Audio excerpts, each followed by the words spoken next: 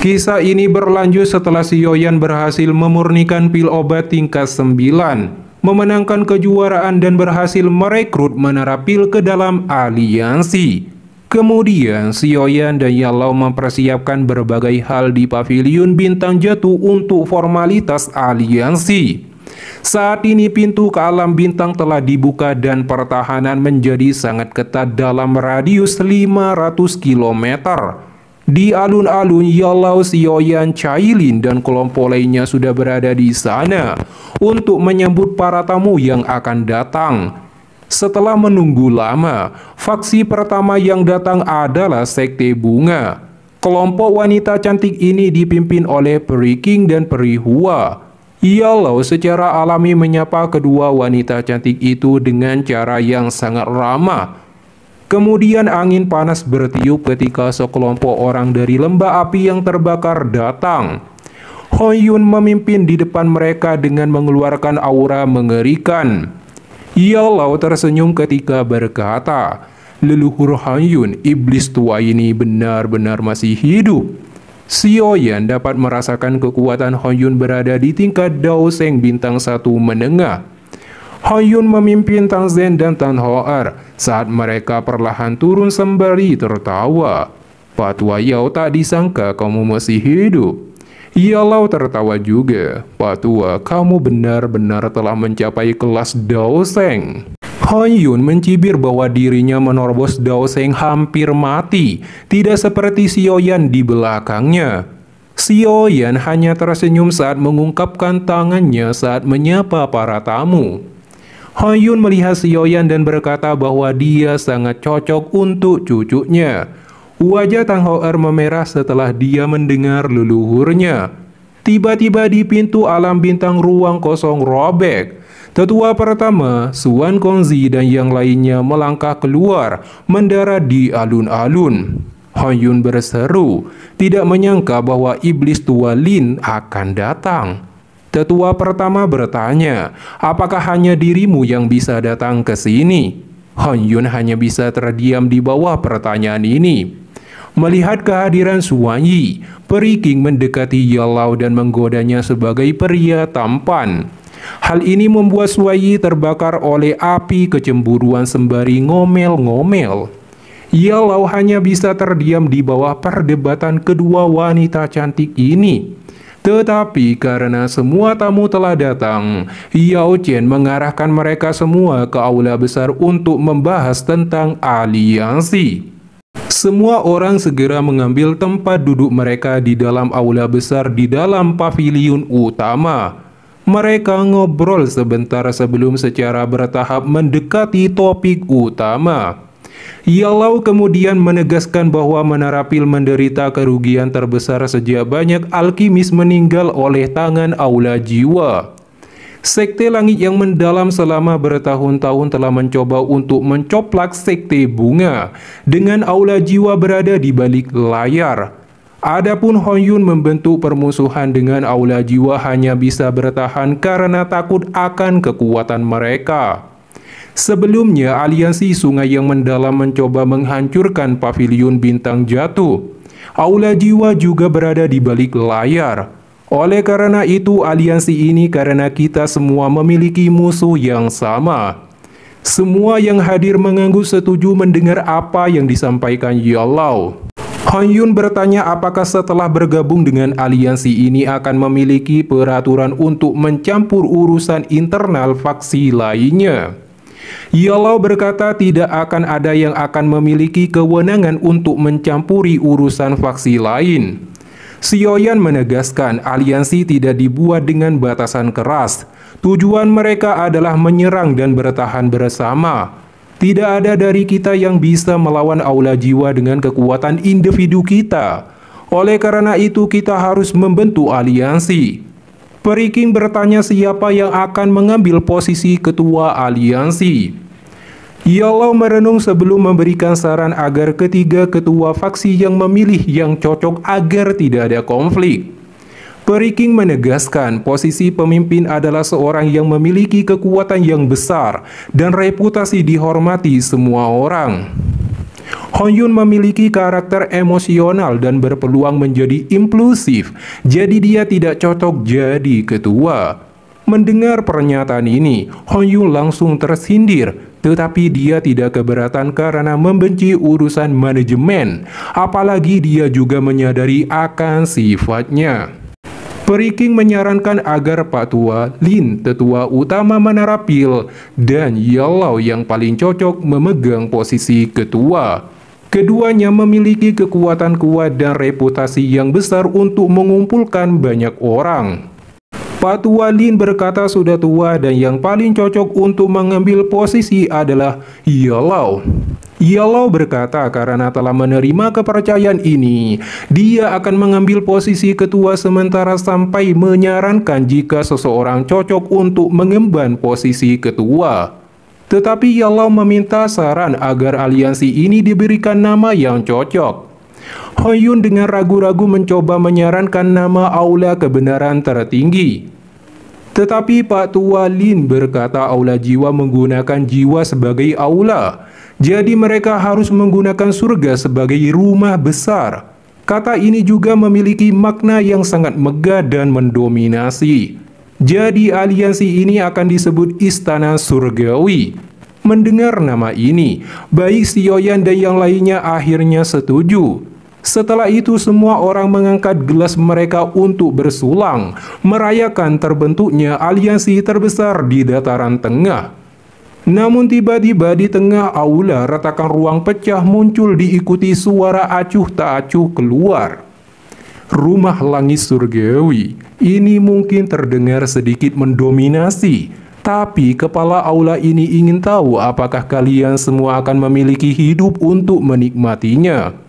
Kabut hitam merebes keluar dari ruang yang terdistorsi, membentuk sosok manusia yang sepenuhnya tertutup kabut hitam di depan semua orang. Ekspresi Sioyan dan yang lainnya segera berubah menjadi waspada mendengar kata kepala aula jiwa. Tetapi dia berkata untuk memanggilnya sebagai wakil kepala aula jiwa. Sioyan melihat kabut hitam di depannya hanyalah ilusi, bukan tubuh aslinya. Jadi dia mengejeknya sebagai penakut karena hanya berani menerobos masuk paviliun bintang jatuh dengan tubuh ilusi. Wakil kepala aula hanya tertawa di bawah ejekannya dan melontarkan kata-kata provokatif jika dia tahu pencapaian Sioyan mengejutkannya. Dia akan memusnahkan Clean Show saat itu. Mata Sioyan menjadi sangat dingin, jarinya menunjuk sosok hitam. Ruang di sekitarnya itu mulai berfluktuasi. Sosok hitam tersenyum tipis ketika kabut hitam melonjak di depannya, berubah menjadi cermin sembari berkata, "Alasanku ada di sini karena kunci Gyo Kaisar kuno Tausi di tanganmu."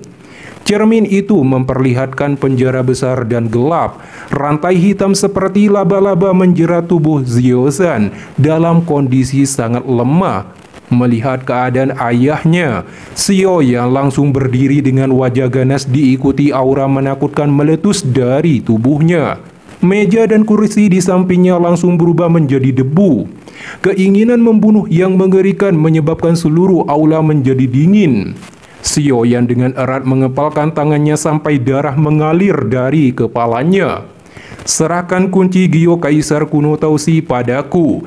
Jika tidak, hanya dengan berpikir, hari ini akan menjadi hari peringatan kematian ayahmu." Wakil kepala aula sama sekali tidak peduli tentang niat membunuh Sioyan yang mengerikan saat dia dengan dingin berteriak. Mata Sioyan merah gelap, tinjunya mengeluarkan suara retak. Saat ini, dia seperti binatang buas. Keinginan membunuh yang gila membekak di benaknya, berharap merobek orang ini di depannya menjadi puluhan ribu keping. Namun, Ratu Medusa segera mengulurkan tangannya ke lengan Sioyan saat dia dengan lembut berkata, "Sioyan, tenanglah." Segera Sioyan mendapatkan kembali ketenangan dan kewarasannya sembari menghela nafas.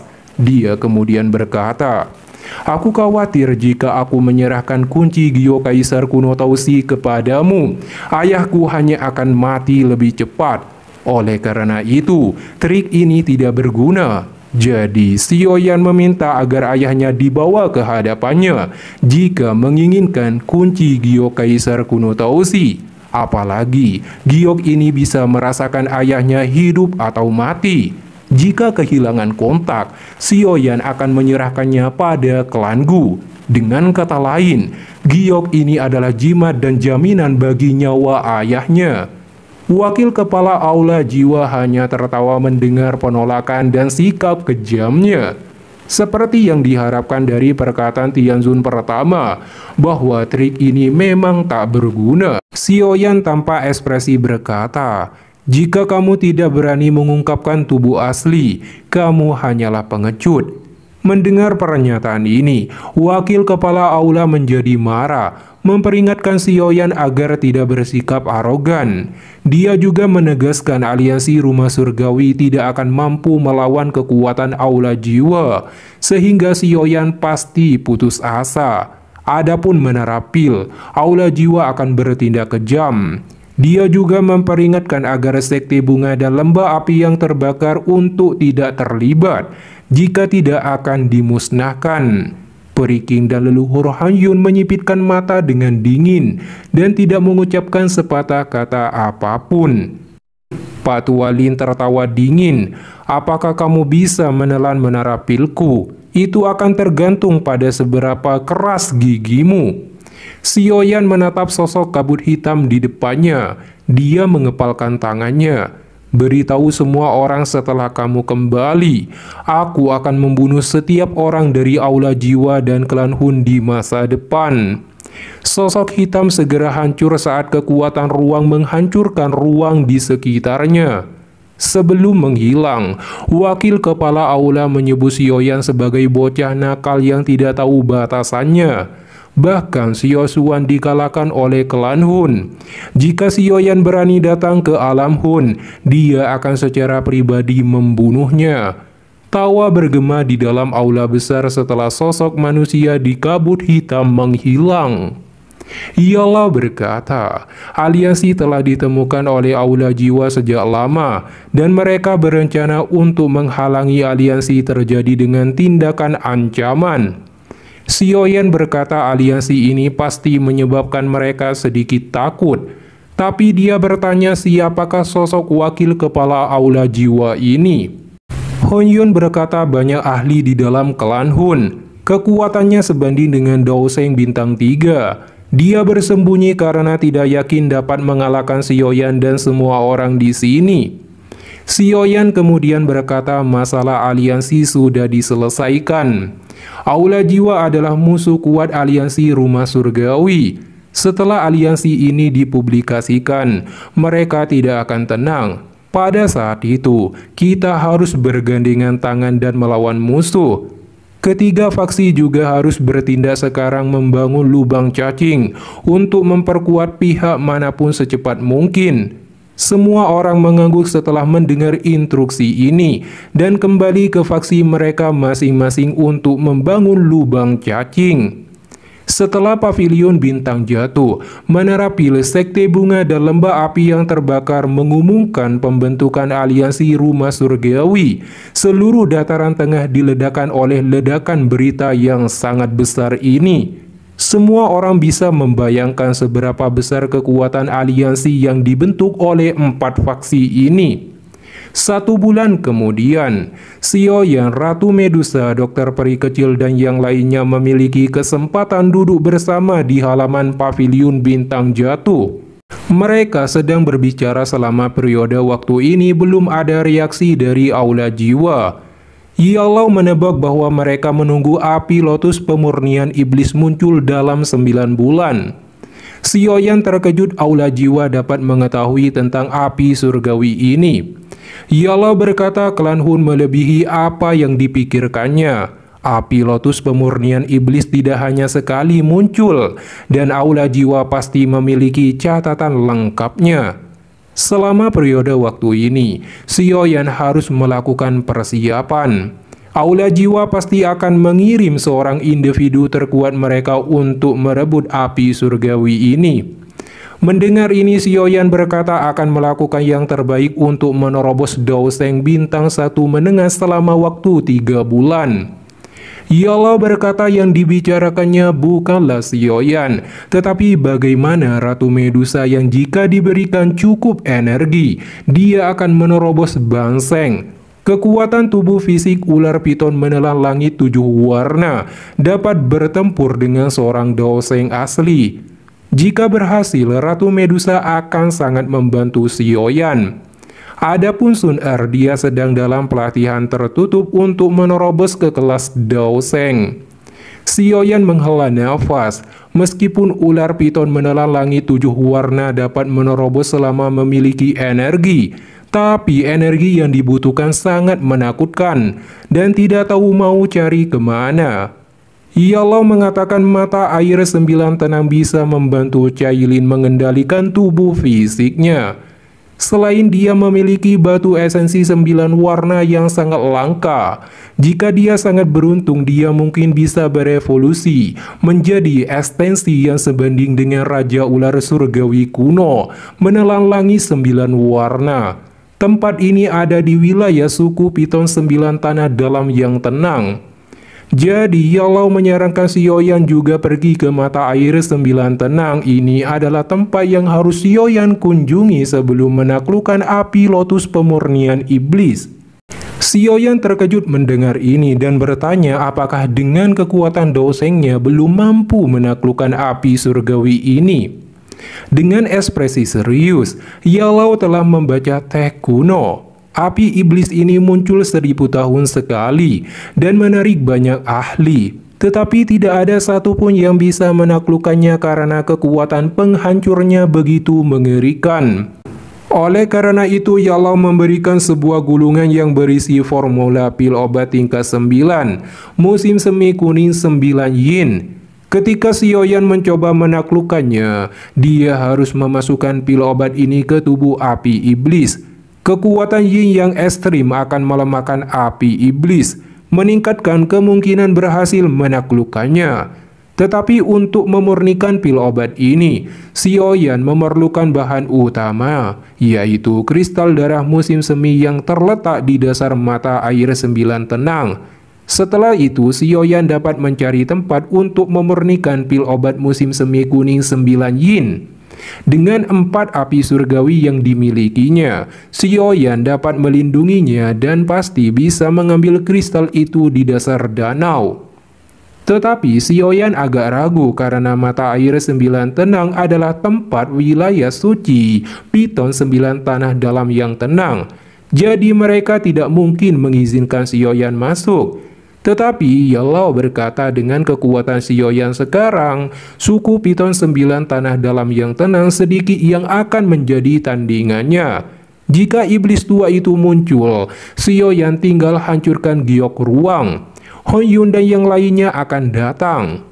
Keesokan harinya, Sioyan memimpin Ratu Medusa, Dokter Peri Kecil dan King Ling menuju wilayah binatang. Tujuan mereka menuju suku Piton 9 tanah dalam yang tenang. Kelompok Sioyan akhirnya sampai di 9 jurang tanah yang tenang. Pintu ini adalah terowongan yang menuju ke dunia bawah tanah, tempat suku tersebut tinggal. Namun Sioyan melihat penjagaan begitu ketat dan akan menggunakan kekuatan ruang untuk menerobos masuk. Tetapi tiba-tiba beberapa anggota suku naga kuno kekosongan muncul.